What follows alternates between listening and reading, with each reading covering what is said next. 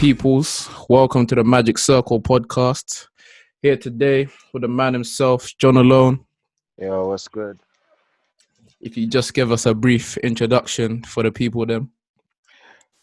Yeah, sure. My name's John Alone. I basically make, I guess, alternative R&B slash rap. I don't really know what I do. I just kind of make music in it. Yeah, that's kind of what I've been doing for the last few years. Yeah, so that's pretty much it. Released a single recently called Sunny Skies. Yeah, yeah, yeah. Had to go count my blessings. Pretty and Pang, my section. Kinda slept on, but we still got substance.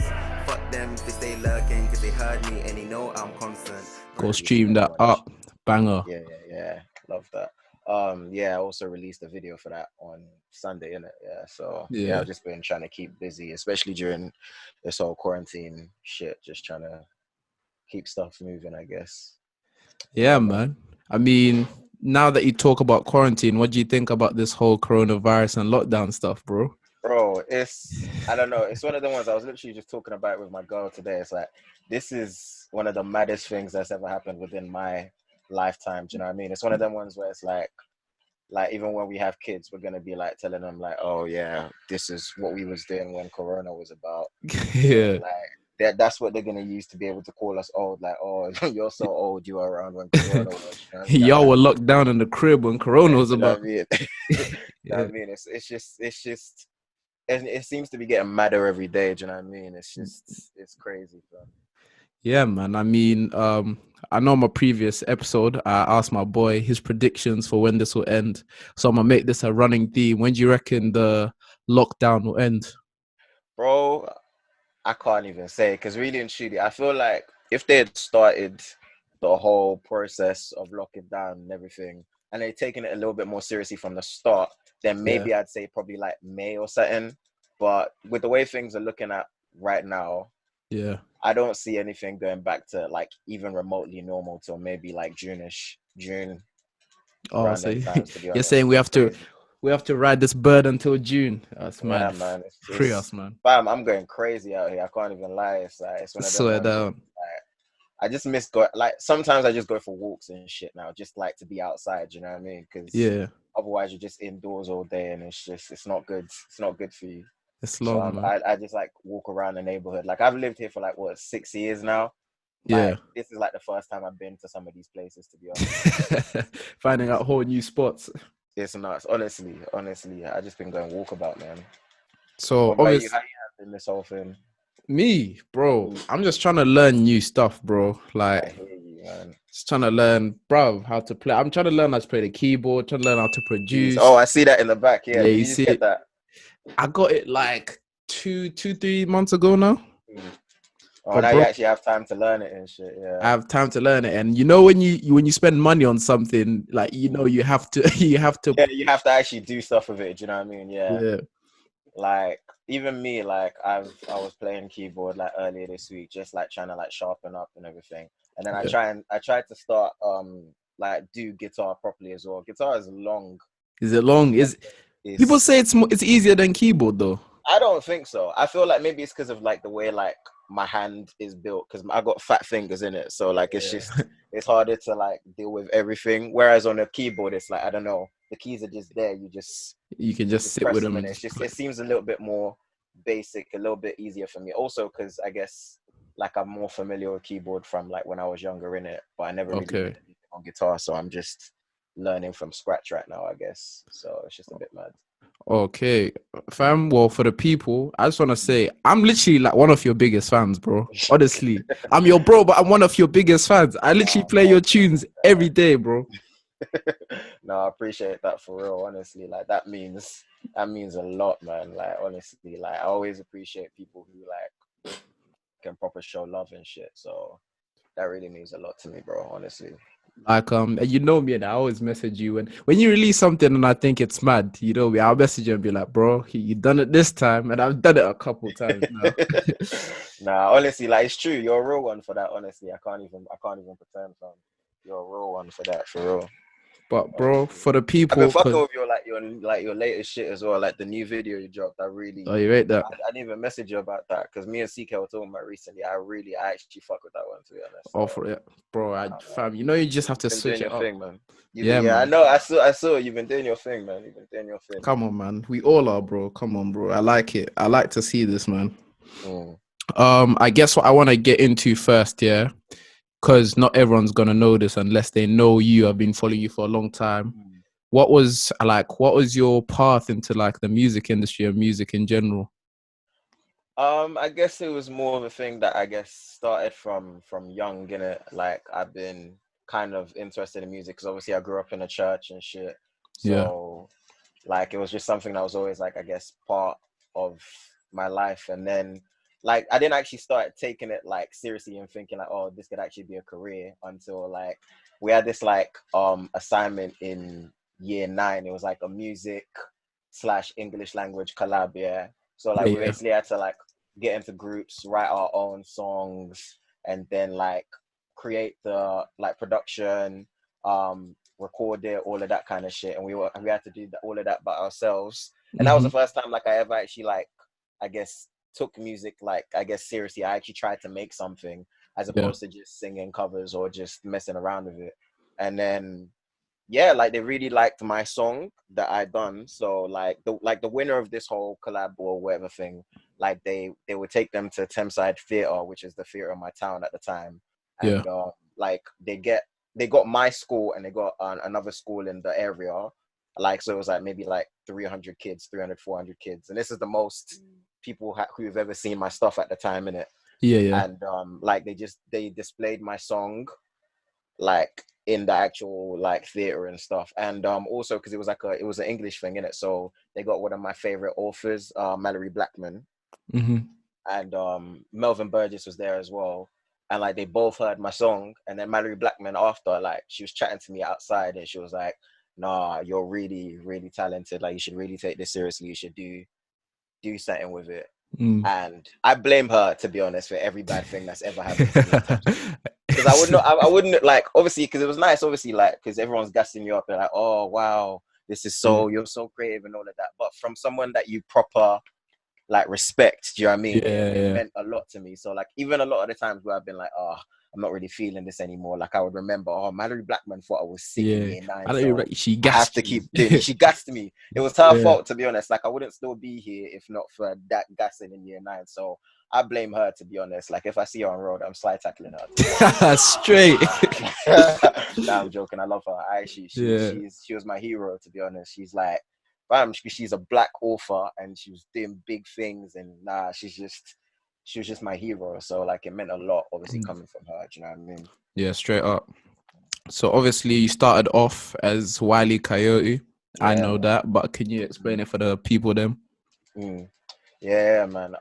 When I first started, like I've had a bunch of names actually. Like John Alone is like I hope the one that sticks. Do you know what I mean? But Yeah. like I started under, I think I was just doing covers on YouTube, so it was like my actual like government name Yeah, on yeah. YouTube, and then I started as Casey Jones, and Come then on. I had another name. I can't even remember what the fuck the name was, and then I switched to Wiley Coyote because I don't know. First of all, I thought it was an edgy name, and then second of all, I was a really big fan of Kendrick Lamar. Not even at the time, I still am, but I was a really Straight big up. fan of Kendrick Lamar and the song Cartoons and Cereal, the Oh, Wiley yeah, Coyote. You know what I mean? yeah. And also, like, I was also a real big fan of the Looney Tunes when I was younger in it. And yeah, it was just the Wile E. Coyote versus the Roadrunner. I've told this story so many times, but yeah, it's just the fact that Wile E. Coyote is always chasing after the Roadrunner, Yeah. and he's always like smart, he's always prepared, he's always like got all the tools on deck and everything, but he's still losing every time. Yeah, he never So, I mean, catches that's the road. yeah, never catches it. Yeah, I mean, I felt like that's how it was with like music and like Mm. me just chasing a goal or an ideal, and you never know if you're gonna catch it. So those were the reasons for the name, but I don't know. I didn't really mess with I guess the negative mindset that the name suggested. So like I felt like I had to make a change. So that's where John Alone came in, to be fair. Yeah, and have you felt like a different person since you've been John Alone, like a different artist kind of thing? Kind of. I don't know. Like I don't know. I feel like because I'd been Wiley Coyote for a very long time, For a like pretty much minute. since since I was like 16, 17. Do you know what I mean? Yeah. Because that's when I really started taking music seriously, and that was the name I was under. So I guess music, like under that identity, was more of a safe, familiar type of thing. Whereas with John alone, like with this identity, I'm having to learn a lot more about who I am outside of that. Because obviously, John is my actual name, so it's like Yeah. it becomes more about, okay, who are you? What kind of music do you want to make? Do you know what I mean? Like Hmm. not what was vibey or what you like. What do you actually want your music to be saying about you?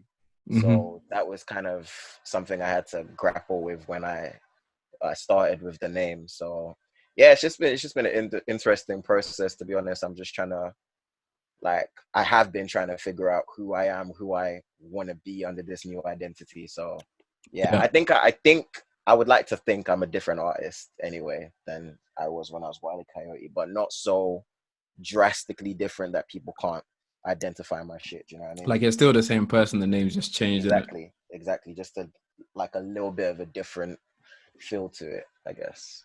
So obviously you're a jack of all trades. What you record, mix, master, Yeah, man. Yeah. you do everything, bro. So how did you learn? it was uh, it was kind of out of necessity slash desperation, because Yeah. obviously when I first started making music I was like what 16 or something, and I Yeah. was very, I would say, unrefined. You know what I mean? Like the I guess the tools that I needed to have were there, but I wasn't as good then as I would say I am now. Do you know what I mean? So, Hmm. and when you're new, especially in any scene, no one really wants to give you a chance like that. Do you know what Nah, I mean? never. So Yeah. it's one of them. Yeah, you know what it is. It's one of them ones. Like I would reach out to people I knew, like try and get them to like not even help, like not even do it for me, just advise me on how to do it, that kind of thing. I'd ask Yeah. like people like teach me how to like mix and master, that kind of thing, or like Mhm. just show me like the basics and stuff. And a lot of people were like, do you know what I mean? Who is this? Like, what does Like, this nah, mean? bro, That kind of thing. chill with Yeah. it. Do you know Yeah. what I mean? Yeah. It's one of Yeah. them, like, they kind of like brush you to the side. I'm like, all right, cool. Like, fam, I can do, like, it became a thing. It became a thing I started doing kind of out of anger, because I'm like,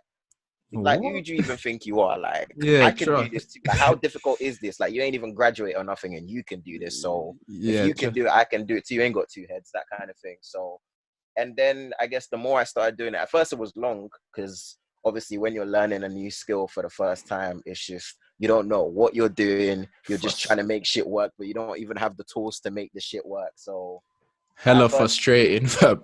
very frustrating. Like mixing, I used to really, like really hate mixing, like to my core, because it was just like, it's one of the ones, you know, when you have like the idea of what you want it to sound like in your head, Yeah, and yeah. then can't make it sound like the Like, actual shit. You know what I mean? yeah, bro. It's fucking jarring. But yeah, over time you just, like, you, because you have to, so you do it. Do you know what I mean? It's one of them ones, you have to do it because you know what you're trying to accomplish because of it, so it just forces you to do it. So like I learned how to mix in like a year or two, to a point where in my opinion, it's a professional standard, and I actually mix for other people now. And I learned how to John's actually master mixed as for me, well. actually. So Yeah, yeah. yeah, you know about that. Yeah, but yeah, I learned how to produce as well. It was just a thing where, like, no one can stunt on, like, you can't stunt on you. Even if everybody else stunts on you, like, you can't stunt on you. Do you know what I mean? I can't air my own messages. Yeah, Like, trust. I Yeah, can't, you know what I trust. mean? I can't, you know what I mean? I have to help Yeah. myself. So it was like, I wasn't wasting any time. And I think in the long run, it really helped me, because I feel like it helped me be a lot more independent as an artist, because I feel like a lot of the things that people are struggling with, especially now in the age of Corona, like obviously if you don't have a studio set up, and if you don't have like an at least ability to like understand the basics of mixing and mastering, it's a bit peak for you right now, because Yeah. obviously like you can't go studio, you can't do anything. It kind of stunts creativity. Whereas because I forced myself to be independent, I can still, like, regardless of where I am, I can still create shit. So You can always I feel create. like it helped me in the long run, in my opinion, anyway. So what's your setup now in your room? Obviously, we can't have a virtual tour, but just a few brief, Yeah, man. equipment you have. It's literally just my home studio. Like, I'm literally using the mic I used to record right now. Like on Okay. this, I got my mixer over there. I got like my vocal booth over there, got my studio headphones, I got my monitors down there. So it's basically just a rudimentary like home studio, to be honest. with So a like with a that's because PS4 obviously, as well. yeah, exactly. You know about that. But Yeah, obviously, like I still like going studio, but like it's just when I can't, or like when yeah. I just have something I need to lay down real quick. So I want to talk about my favorite songs, and if you could Go then, explain my favorite songs to the people. So love that. I think the song I want to start with first, especially that I've been rinsing since this whole Corona came to visit, is "Cool Kids." Yeah, I say Jeez. when I first heard "Cool Kids," it kind of just like I heard it, but it just went over my head, and then I Mm, just remember, nah, I missed something in this song. mm. I put it on again, and I could just relate. I feel like the person you were talking about was me. You know what I mean? You know, you listen to something, you're like, that's me. Mm. So yeah, would you I like to hear that. explain that song? Yeah, man. Like that was one of the last things I did as Wiley, I think, because that was on the Sad Boys tape. Actually, no, to be fair, I did Sad Boys and then I Sad Boy and then I did Lucid and a bunch of other stuff. But that was one of the last things in the Wiley Coyote era.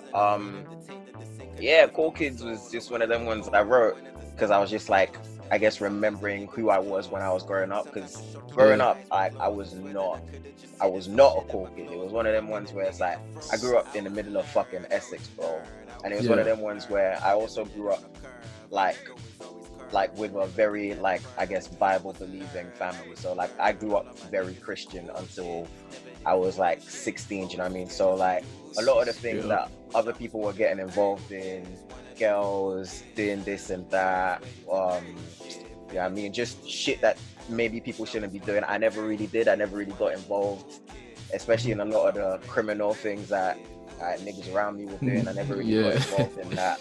And yeah, then obviously like now as an adult I can be like, oh yeah, it was probably a good decision. It was probably good that my parents raised me like that and raised me to I guess be a bit different. But at the time you feel like a neek because you feel that's left out. yeah, you feel like, oh, like I just want to be like my friends. I want to do hood rat shit with my friends. Yeah, literally. Like that's literally what it was. But yeah, I don't know. I feel like all of those experiences in my formative years, I guess for better or worse, shaped me to be the person I am now. Because I don't know. I feel like when you're when you're forced to be an individual when you're young, it means you can stand on your own 2 feet a lot more as an adult. Do you know what I mean? Yep. Because it's like it was one of them ones where like I just had to do my own thing, go my own way because I wasn't cool enough to go everybody else's way. So I don't know, it just made me more independent as a person. So yeah, that's kind of what the song represented for me anyway. I mean, yeah, one of my favorite songs, Mm, definitely. And I'd mm. say going on from that, this is a song that you did with Solution, actually. Oh shit, yeah. Yeah, Endimu That's an issue, man. is yeah, shout out Solution all the time, man. CK Drew, I forgot the other brother's name. Denzel. Denzel, that's Yeah. the one. But yeah, man, shout out them, man. When I heard their project and I heard you on Endimu, I think like the just the mix of the two voices and like your cadences and just the way you guys sat on the beat like was like so nice. So do you like to go in and delve into the story about that song as well?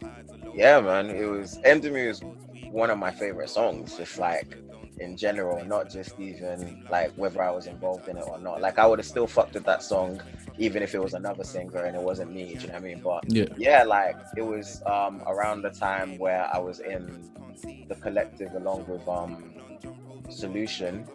And then like I don't know, it was one of them, it was just one of them random sessions in it. Like I think I was chilling at their house at the time, Yeah, and yeah. then they played me the song and I was like, oh, we'd like you to like it was CK actually, we'd like Yeah. you to be on this. And I was like, oh, yeah, sure, play it to me. And then I think it was, oh fuck, I'm losing this. I think it was Andrew that actually produced the beat, and like I was just listening to it, I was like, this is beautiful, man.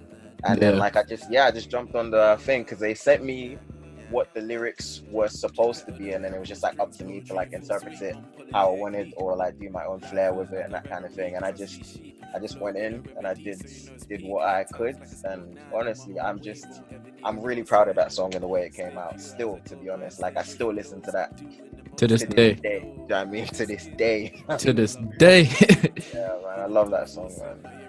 Shout out Solution for real. Honestly, that song came out different and sticking. I know it's got a bit of a roots kind of vibe, like taking it back to the motherland kind of thing. Yeah, that kind of thing. It's just vibey, man. That's what it is. And that actually takes me on to the next one, Where I Come From. One of my favorite songs. You know, you have taste, fam. I love that. I love that. That was one of the ones that really got to me even as I was writing it. So yeah, man. Bro, it got to me and I don't even, you see this Nigerian thing, you're saying certain Nigerian things and I was like, yeah, Eba, yeah, I know about that. Yeah, Ojo Legba and them things there. Yeah, I relate. You're not serious. I was like, yeah, bro, yeah, I hear that. But yeah, man, I mean, all things aside, like, that is, you know, when like a song is just cinematic, like it's just, you just set the scene perfectly. Nah, I love for that. Yeah, man, because obviously, as you know, I'm originally Nigerian. I'm Nigerian, not originally. I didn't convert in the last few years, but yeah. I grew up in Nigeria until I was like 10 years old. So yeah, 10, nearly 11. And then obviously I came to the UK and I haven't been back since. So like at this point I've lived more of my life in the UK than I did in Nigeria. And obviously it's just at that point I was just sitting down and questioning my identity, who I was, like, because especially when you interact with Nigerians who've actually lived in Nigeria and then you deep how different you are, it's like, oh, can I even claim this as who I am anymore? Because it's like the people who actually lived there, like I'm not like them anymore. So it's one of them ones. It was just like me wrestling with like just my identity, like where I felt I belonged, and like my issues with, I guess, what my country as well, because obviously it's like I love Nigeria, I love being Nigerian, I'm Yoruba and I'm gonna be Nigerian till the day I die, but there's a lot of things that are going on in Nigeria that I'm not necessarily proud of, that I'm not necessarily like comfortable with. So it's just one of them ones where it's just like, all right, this is who I am, this is where I'm from, but like here are the parts that I'm like in conflict with, I guess, you know what I mean? And I feel like that's like a story that a lot of immigrant kids can relate to, regardless of like what country you come from, do you know what I mean? Because it's just the thing of, oh, alright, so I'm here now and I guess I am English because I've been here for long enough, and but like who am I really? It's just the conflict that just exists in a lot of immigrant kids' heads. So I guess for someone like me, I was born in 97, then I came to England 2007, and I've been back to Zim a few times, and you know when you go back and they're like, the kids there or the people there are just making fun of your accent, your family like, oh, you don't sound Zim no more, man. It's like, you know, them digs, they're personal, that kind of hits, like, it's like, wait, hang on, I still am, do you know what I mean? Like, I was talking, like, literally, like, 2 years ago or something like that, I was talking to this, like, Nigerian girl, like, from back home in Nigeria, do you know what I mean? And then she's just like, we're talking, innit? And she's just like, you don't sound Nigerian, you just sound like a white boy. And I was like, what the fuck do you mean? Like, it's one thing to say I don't sound Nigerian, but like a white boy, like, chill out. Like, relax. I got angry. I was like, what are you talking about? Like, chill out. Like, I've only been, just because I ain't been home in a while, don't mean I'm not still Nigerian. But yeah, it's one of them ones you kind of get a bit defensive because it's like, bro, what do you mean? Like, it's all from there, innit? Yeah, like nothing's changed. My identity is my identity. It's never gonna change. Yeah, I mean, at the end of the day. So you've done quite a few live performances as well. I have not done any live performances. To someone like myself, what advice would you give for live performances? That's mad. Yeah, that's a really good question, because that's one of them ones where I feel like I would have loved some advice when I started doing live performances as well. So yeah, that's a real good question, to be honest. I feel like it's one of them ones where, first of all, just don't take it too seriously. Yeah. Because I feel like you can kind of tell when niggas are just like, oh, do you know what I mean? I'm this guy, and you know what I mean? And it's like, just loosen up with it. Like, first of all, more time, if people are coming to a live performance, they're coming there to have fun, they're coming there to catch a vibe. So when you go in there thinking, oh shit, I better be good, I better do this, shit, or you like, you make a fun situation more stressful than it needs to be. People just want to Yeah. catch a vibe. As long as you can help them catch a vibe, Then it's calm. then that's it. But also, then this is one thing that kind of gets me in trouble. Oh fuck. This is one thing that kind of gets me in trouble with people and I guess fans or people coming to watch a show.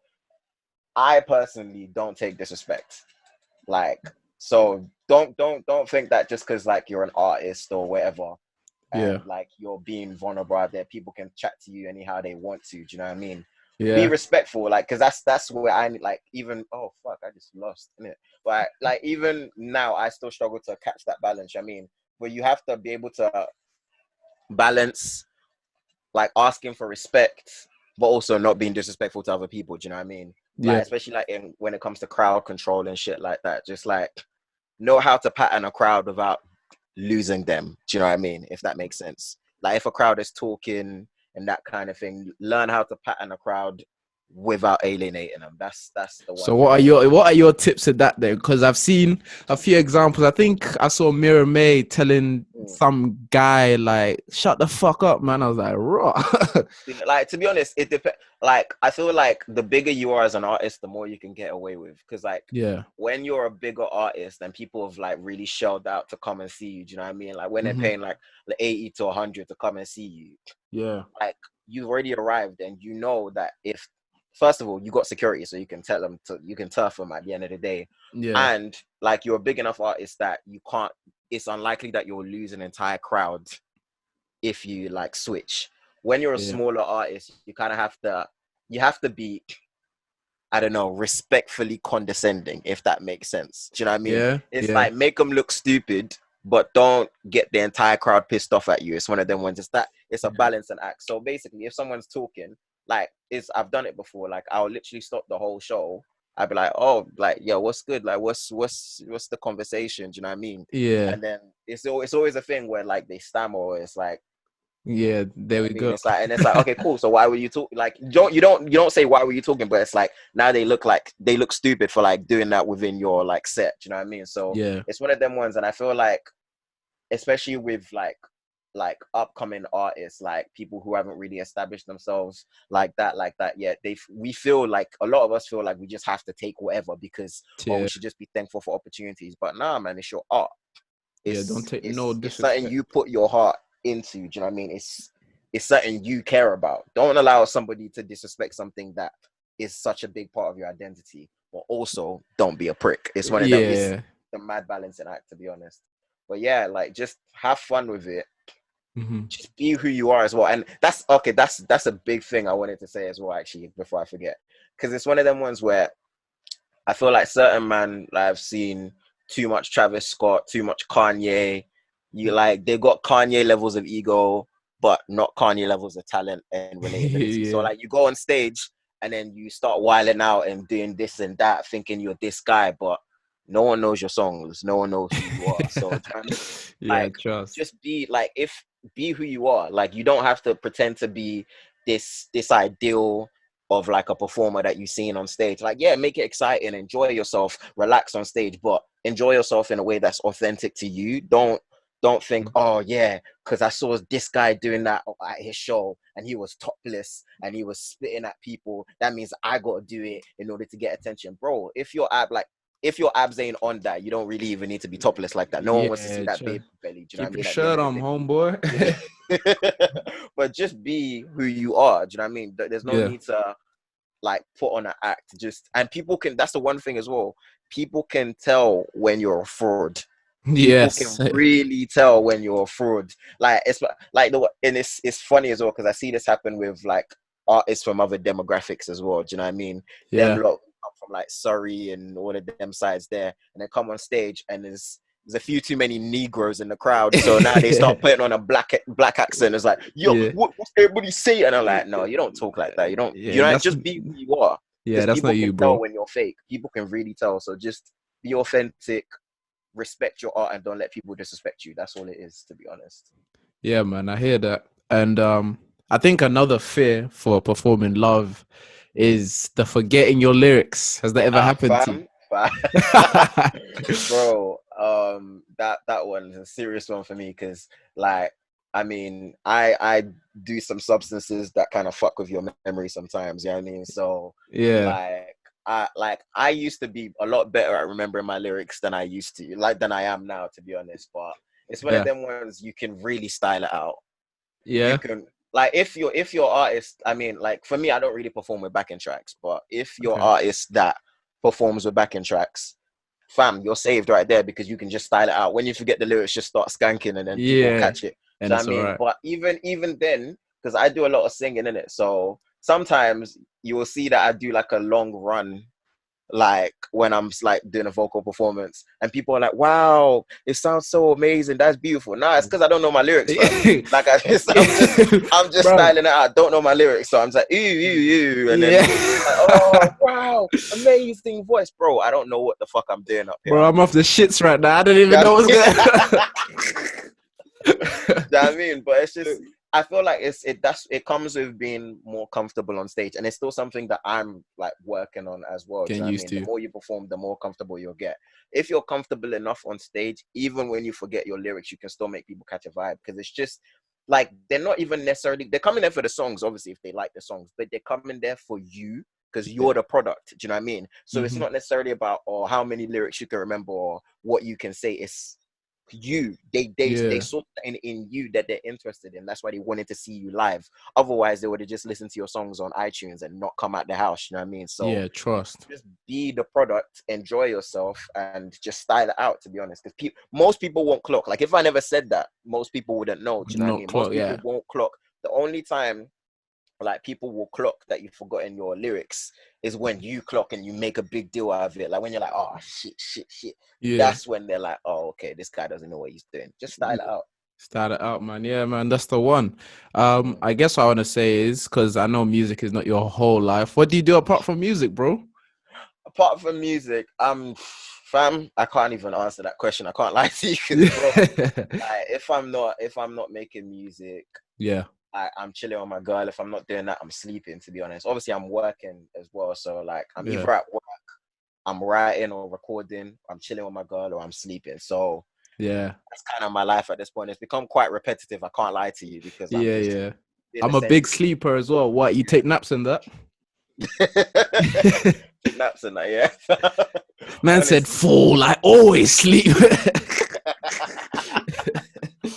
Nah, honestly, it is where it is. Like that's literally my lifestyle at this point. But I feel like ironically, like during this whole quarantine thing, I'm trying to change my habits because for the first 2 weeks, because I was real ill the first 2 weeks. So all I was doing is sleeping. Do you know what I mean? Yeah. So now I'm actually trying to get out of that habit and like I guess set more of a schedule for myself. Even if I don't end up doing it, like I just want to know that I have something that okay, There. I should be doing this right now. Do you know what I mean? So Yeah.